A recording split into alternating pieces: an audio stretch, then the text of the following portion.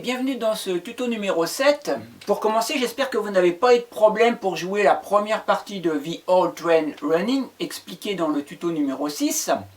Alors à ce propos, si vous avez des questions, comme sur n'importe quel tuto, n'hésitez pas à les poser dans les commentaires en bas et je vais vous répondre.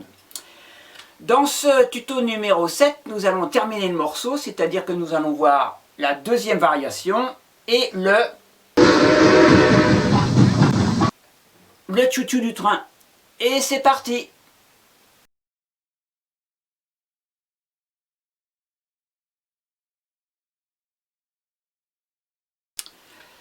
Comme cette deuxième variation est jouée en utilisant les cordes Sol, Si et Mi, nous allons reprendre le doigté de base, qui est que l'accord de Sol est joué avec l'index, l'accord de Si avec le majeur et l'accord de Mi aigu avec l'annulaire.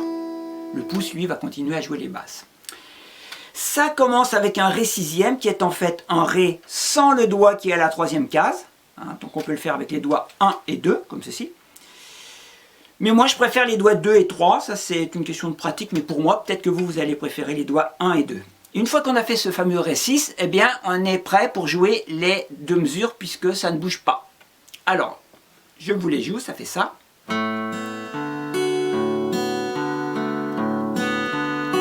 Et c'est joué deux fois.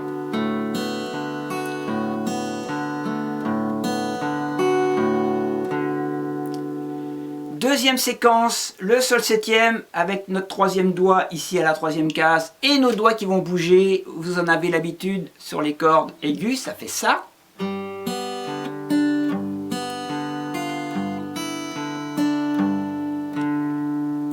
Je rejoue cette séquence.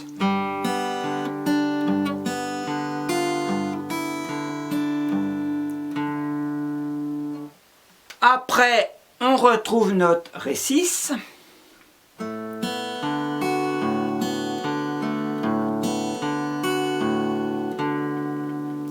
La septième, là je monte mes deux doigts d'une corde et ça me donne le La septième. Pareil, on ne bouge pas.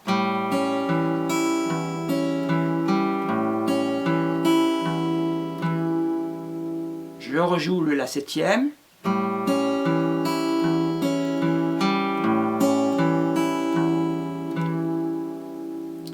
Et le Ré final que vous connaissez parfaitement, c'est-à-dire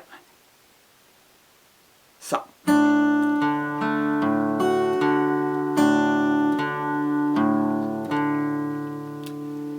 Je vous joue la deuxième variation, donc lentement, en entière. 1, 2, 3, 4...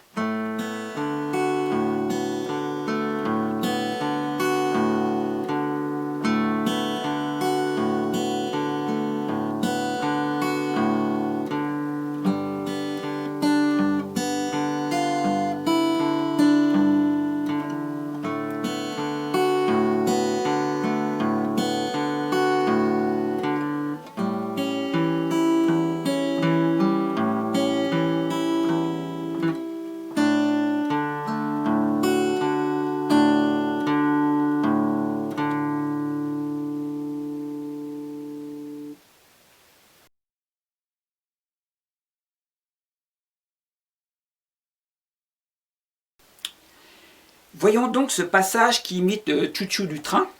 Ça commence par une basse et deux notes sur les aigus, que je joue avec les doigts 1 et 2 à la main gauche, et avec l'index et le majeur à ma main droite.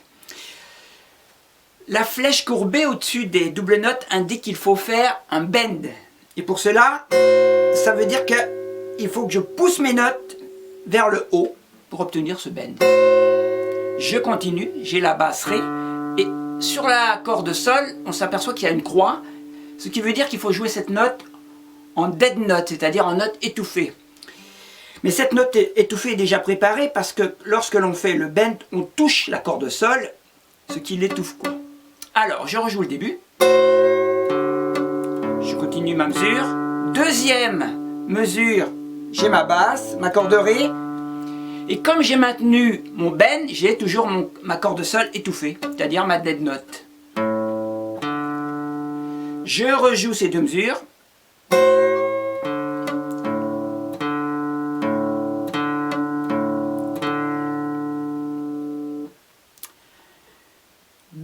deuxième séquence, la même chose, sauf que les doubles notes sont jouées 2 fois, ça fait ça.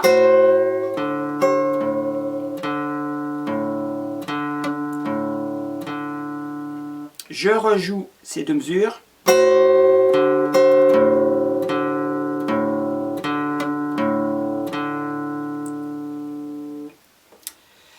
Revoyons tout le passage du tchou-tchou. 1, 2, 3, 4.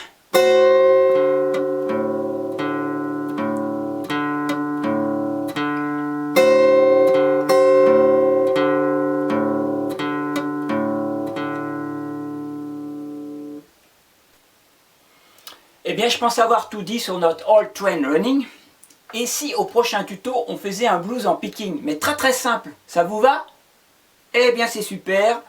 En attendant, je vous dis bonne guitare et ciao!